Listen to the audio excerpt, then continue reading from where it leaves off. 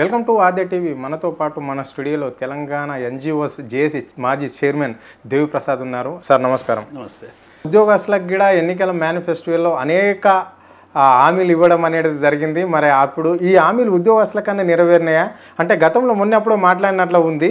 అంటే ఇప్పుడు టీఎల్ కావాలి, మాకు డిఎల్ కావాలని చెప్పేసి ఉద్యోగ సంఘాల నాయకులు కొంతమంది మాట్లాడితేనే బాగా ఉద్యోగస్తుల మీద ఫైర్ అయినట్లా ముఖ్యమంత్రి మనకు కనిపిస్తుంది. అంటే నన్ను కోసుకొని తింటారా అంటే ఇప్పుడు 100% ఉన్న ఈ ప్రజలను 98% ఉన్న ఈ ప్రజలకు ఏ పథకాన్ని ఆపి నేను ఇక్కడ మీకు డిఎల్ కట్టేయాలి, మీ బెనిఫిట్స్ ఇవ్వాలి, వాళ్ళని కూర్చొని పెట్టి మాట్లాడతా, 2% ఉన్న మీరు గింత మాట్లాడితే నేను ఎట్లా ఒప్పుకుంటా అని కూడా అన్నాడు ఆయన.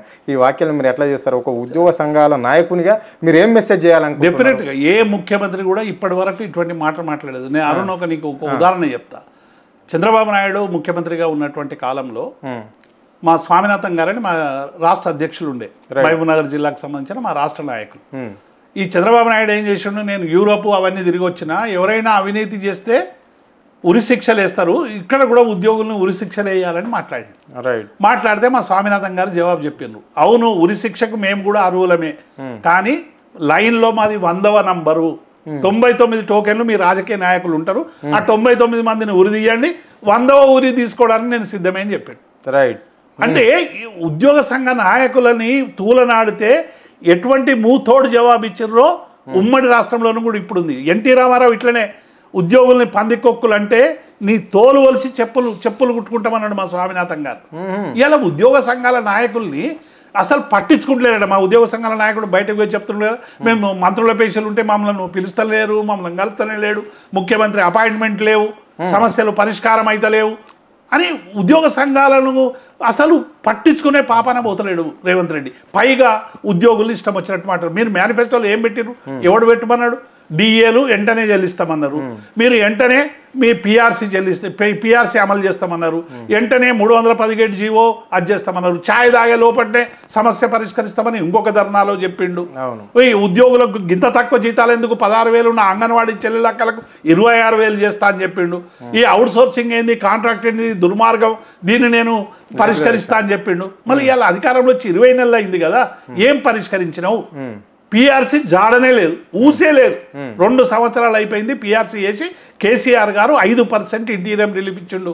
భారతదేశంలోనే పిఆర్సీతో మొట్టమొదటిసారి ఇంటీరియం రిలీఫ్ ఇచ్చినటువంటి ముఖ్యమంత్రి కేసీఆర్. ఇప్పుడు ఈయన రేవంత్ రెడ్డి ఏమి ఇచ్చిండు? ఇంటీరియం రిలీఫ్ ఏమైనా పెంచిండా, ఏమైనా పిఆర్సీ ఇచ్చిండా? ఉద్యోగులకు ఇలా 5 డిఏలు పెండింగ్ ఉన్నటువంటి ఏకైక రాష్ట్రం తెలంగాణ. నిన్న ఇందిరా పార్క్ దగ్గర ఉద్యోగులందరూ కూడా కన్నీరు కారుస్తూ పెద్ద ఎత్తున ధర్నా చేశారు. రిటైర్ అయిన ఉద్యోగులకు తాము దాచుకున్న డబ్బు ఇస్తలేరు, కోట్లకు పోతున్నారు. వీడియోలలో మేము చచ్చిపోతామని వీడియోలు పెడుతున్నారు. ఇట్లనే 9 డిఏలు ఆపితే చంద్రబాబు నాయుడిని ఇంటికి పంపేయడంలో ఉద్యోగులు ప్రధాన పాత్ర పోషించారు. 100 రూపాయలు కొని పోస్ట్ కార్డులు కొని జీవితంలో తెలుగుదేశం కోటయ్యొద్దని పెన్షనర్లు రాసినటువంటి చరిత్ర ఉన్నటువంటి తెలంగాణ. ఇలా తెలంగాణ ఉద్యోగుల పట్ల ఇట్లా అమర్యాదగా మాట్లాడితే ఆత్మగౌరవం తెలంగాణ ఉద్యోగులది.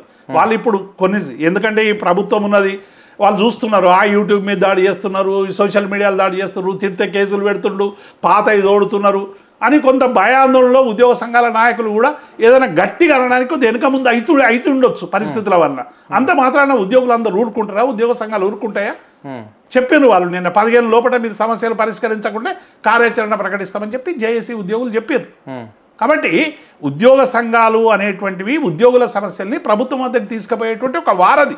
మీరు ఉద్యోగ సంఘ నాయకుల్ని గౌరవించండి, మొదలు ఉద్యోగ సంఘ నాయకులతో మాట్లాడండి, ఉద్యోగ సంఘ నాయకులతో చర్చించండి, మీ సమస్యలు ఏమైనా ఉంటుంటే చెప్పండి. కేసీఆర్ కాలంలో అదే చేసినాం, మేము ఉద్యోగ సంఘ నాయకులుగా పనిచేసినాం కదా. కేసీఆర్ గారు మా ఉద్యోగుల సమస్యలు చెప్పకముందే పరిష్కరించేసిండు. ఇవాళ 1వ తారీఖు నాడు వేతనం ఇయ్యలేదనే ఒక కోపం మీద మా ఉద్యోగులందరూ కూడా కేసీఆర్కు అగ్నెస్ట్గా ఓటేసారు. ఇలా ఓటేసి గవర్నమెంట్ని తెచ్చుకుంటే నేను అడిగిన నిన్న మొన్న మా ఉద్యోగ సంఘాల నాయకులందరూ కూడా కలిసారు. ఏమైనా బాగున్నారంటే ఏం బాగున్నా మీరు ఉన్నప్పుడే బాగుండే అని అంటున్నారు. అంటే ఎట్లయిపోయింది పరిస్థితి అంటే ఇలా వాళ్ళు చెప్పుకునేటువంటి పరిస్థితి లేదు. గట్టిగా అడిగితేనేమో ప్రభుత్వం కక్షపూరితమైనటువంటి చర్యలు తీసుకునేటువంటి అవకాశం కనబడతా ఉంది. ఏం చేయాలో దిక్కుతోచనటువంటి పరిస్థితిలో ఉద్యోగాలు. 8 లక్షల కోట్ల అప్పు అప్పు అప్పు అన్నారు. నేను రఘునందన్ రావుకు సమాధానం దొరికింది కదా పార్లమెంట్లో. 3 లక్షల కోట్లు, 3,50,000 కోట్ల కంటే ఎక్కువ లేవు అప్పులు. ప్రభుత్వం తీసుకున్నదే గింత అప్పు అని చెప్పారు కదా. మరి ఇప్పుడు ఏం చేస్తారు? అప్పులు అప్పులు అని చెప్పి అందరికి ఎగ్గొట్టే ప్రయత్నం చేస్తారు కదా. అప్పులే లేవని కేంద్ర ప్రభుత్వం చెప్పింది. మరి నువ్వే ఈ అప్పులు లేవని, అప్పులు ఇన్ని ఉన్నాయని వాళ్ళు చెప్పుడు కాదు. ఇవాళ కేంద్ర మంత్రి ఏమో చిలక పలుకులు వాళ్ళకి 3,50,000 కోట్లు అన్నాడు. అదే కేంద్ర మంత్రులు ఈ అడ్డగోలు అప్పులు చేశారని మీరు కూడా అన్నారు కదా. బీజేపీ వాళ్ళు బండి సంజయ్ అన్నాడు, కిషన్ రెడ్డి అన్నాడు, లక్ష్మణ్ అన్నాడు, అందరు అన్నారు అప్పులు బాగా చేసింది అని. FRBM పరిధిలోనే చేసినాం. రిజర్వ్ బ్యాంక్ కూడా ప్రశంసలు ఇచ్చింది కేసీఆర్ ఉన్నటువంటి కాలంలో. ఆర్థిక క్రమశిక్షణ కలిగినటువంటి రాష్ట్రాలలో తెలంగాణ ఒకటే. కాబట్టి ఇవన్నీ కూడా మేము తెచ్చిన అప్పు 3,50,000 కోట్లు మేమేం ఇంటికి ఖర్చు పెట్టుకోలే. జిల్లాలు చేసినాము, ఇంటిగ్రేటెడ్ కలెక్టరేట్స్ కట్టినాం, రైతు వేదికలు కట్టినాం, కల్లాలు కట్టినాం, తర్వాత రోడ్లు వేసినాం, ఎన్ని సంక్షేమ పథకాలు అభివృద్ధి పథకాలు అమలు చేసినాం. ఇలా మీరు ఒక్కొక్కరికి 6 నెలలు 8 నెలల నుంచి జీతాలు లేవు ఉద్యోగులకు, 10 నెలల నుంచి ఉద్యోగాలు లేవు. కొంతమంది అవుట్ సోర్సింగ్ను ఇష్టం వచ్చినట్టు తీసేస్తున్నారు. ఉద్యోగుల వేతనాలు హెచ్చింపు లేదు. ఒక డిఏ ఇచ్చి చేతులు దులుపుకున్నావు. ఏం చేసినావు? 2 లక్షల కోట్లు అప్పు తెచ్చినావు. రోజు వచ్చే రెవెన్యూ రాబడి ఏమవుతున్నది? ఏం ఒక బిల్డింగ్ కట్టినావా? ఒక కాలువ దవ్వినావా? ఒక చెరువు దవ్వినావా? ఒక ప్రాజెక్టు కట్టినావా? ఏం కట్టినావు? ఏమైనా కొత్త ఏమైనా అమలు చేసినావా? ఏమీ లేదు. ఆర్టీసీ ఉద్యోగుల్ని ప్రభుత్వ ఉద్యోగులుగా పరిగణించడానికి ఆ రోజు ప్రభుత్వం నిర్ణయం తీసుకుంటే దాన్ని అమలు చేసేటువంటి నీకు చేతనైతే లేదు. ఉద్యోగులకు హెల్త్ కార్డుల మీద ఒక జీవో ఇచ్చిపోయింది హరీష్ రావు గారు, ఆర్థిక మంత్రిగా ఉండి, అన్ని ఉద్యోగ సంఘాలతో వైద్య శాఖ మంత్రిగా ఉండి. ఏం చేశారు మీరు? అది ఆయన ఇన్ని హాస్పిటల్ చుట్టూ, హైదరాబాద్ చుట్టూ 4 సూపర్ స్పెషాలిటీ హాస్పిటల్ అవుతున్నాయి. మీరు నిర్మాణం పట్ల నిర్లక్ష్యం వహిస్తున్నారు. అవి కంప్లీట్ చేసే పరిస్థితి లేదు. 33 మెడికల్ కాలేజీలు ఉండాలని ప్లాన్ చేసి ఒక 25-26 మెడికల్ కాలేజీలు ప్రారంభించిండు. వాటికి అవసరమైనటువంటి ఇన్ఫ్రాస్ట్రక్చర్ క్రియేట్ చేయడంలో మీకు చిత్తశుద్ధి లేదు. ఏ పరిపాలన మొత్తం పడికేసింది. 50 సార్లు ఢిల్లీకి పోయిన ముఖ్యమంత్రి తెలంగాణలో ఏం పరిపాలిస్తాడు? అంటే ఇప్పుడు ముఖ్యంగా మేజర్ ప్రజా రవాణాలో ఆర్టీసీకి సంబంధించిన కార్మికులు మాత్రం ఎంత అవస్థలు పడుతున్నారు. దీన్ని ఎట్లా చూడాలి? అంటే ఇది ఒక్కటే కాదు. అంటే అరుణ్, మనం ఏం చేస్తున్నాం అంటే సమాజంలో ఉన్నటువంటి అన్ని వర్గాలను ఇబ్బంది పెట్టడానికే కాంగ్రెస్ పార్టీ అధికారంలోకి వచ్చింది. ఈ వర్గం లేదు, ఆ వర్గం లేదు, అన్ని వర్గాలు ఇబ్బందులు పడుతున్నాయి. అంటే చిన్న చిన్న కారణాలతోటి మేము చూస్తున్నాము. ప్రజాభవన్ దగ్గరికి పోతే ఒక కండక్టర్ కావచ్చు, ఒక డ్రైవర్ కావచ్చు, ఒక మహిళ చేతి ఆపితే డ్రైవర్ ఆపలేడని కాంప్లైంట్ తోటి సస్పెండ్. ఓ కండక్టర్ ఏదో 100 మంది చిన్న కారణాలు. అంటే ఇప్పుడు బస్సులల్లో ఎప్పుడు ఎక్కని విధంగా కూడా జనాలు ప్రయాణం చేస్తున్నారు. సో చిన్న చిన్న కారణాలతో టికెట్ ఒక స్టేజ్కి ఇచ్చబోయి ఇంకో స్టేజ్కి ఇస్తే అట్లా కూడా సస్పెండ్ చేస్తున్నారు. మరి వాళ్ళ పరిస్థితి ఏంటి? వాళ్ళు చాలా జీతాలు.